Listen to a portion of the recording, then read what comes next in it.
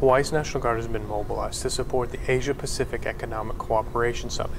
APEC has been designated as a national special security event, allowing for the largest mobilization of National Guard troops on state active duty in the history of the designation. APEC is an annual week-long summit of 21 different member nations, where topics range from trade relations and disaster preparedness to green technologies. During the summit, 20,000 foreign delegates and 2,000 foreign media descended on Waikiki. Heads of state from each of the 21 nations attended this year's summit, including President Obama and Secretary of State Hillary Clinton. I think it's just wonderful. This week is going to be one set of activities after another that showcase Hawaii in the best possible light and give everybody a sense of confidence for the future that I think is well earned and well deserved. The Hawaii National Guard provided military manpower and support for APEC. A large part of the responsibilities centered on supporting the civil authorities located in Hawaii National Guard headquarters at Diamond Head. Joint Task Force Kupa'a spearheaded the command and control efforts. This was accomplished with a blended staff of National Guard and active duty personnel. In terms of integrating Title 10 and Title 32 forces to work in direct support of a federal agent. In this particular case, it's an NSSE, but it could be hurricane, crisis and consequence management. But the magic of a blended staff is that you have the best of both worlds in terms of resources, capabilities, and expertise. Title 10 and Title 32 forces, respectively, bring to bear a unique set of characteristics and capabilities. The lessons learned from the APEC experience can be valuable when future operations require a joint effort.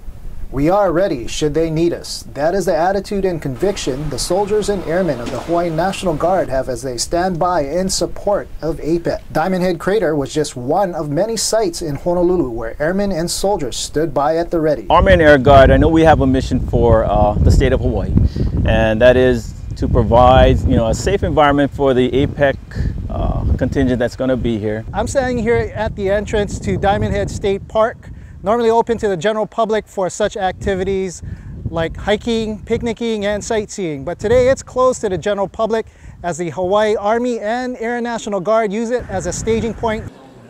Police department is CMU Ready 1, and they're standing by. And then if they need help, we're the next to be called.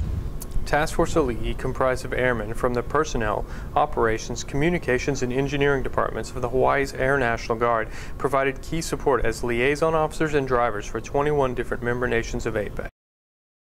About 2 months ago, we got asked by the State Department to support the vehicle transportation operation, I guess, the movement of delegates and foreign ministers and special dignitaries that are attending APEC. So, Hawaii Air National Guard volunteers that are assigned to both the liaison and driver roles here at the Transportation Command Center, which we're in right now. It's like you got to think on your feet. Like you don't have time to go be calling your supervisor if there's a change, and you have to do something within the next, 10 minutes. So you just kind of the liaison officers, everyone's pretty much what they call them is like right now you're the CEO of your own company. While Task Force Ali'i was ensuring smooth transportation of the foreign ministers using their local knowledge of traffic patterns and points of interest, Task Force Civil Disturbance, manned by soldiers from Hawaii's Army National Guard, backed up the Honolulu Police Department in traffic control operations as streets surrounding the various venues were closed off and traffic was rerouted.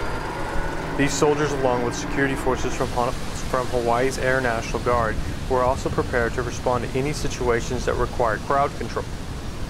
Team PA supplied manning to the filing centers for the White House and International Press Corps. As most of Hawaii slept, soldiers of the Hawaii Army National Guard were up and about tending to the last-minute details before moving out.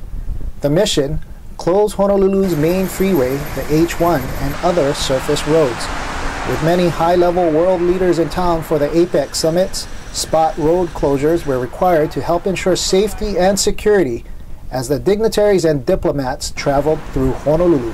Basically, we're at a checkpoint, and we're gonna, waiting for HPD officer to come on scene and then do what we're told.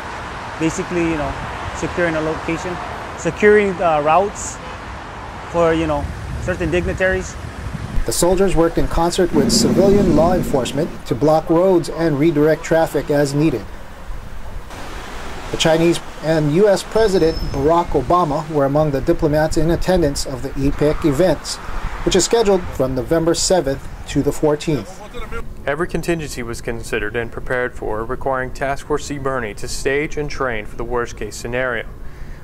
Task Force CBRNE right now is task organized with 3 civil support teams: the Hawaii Civil Support Team, the Alaska Civil Support Team, and the Colorado Civil Support Team.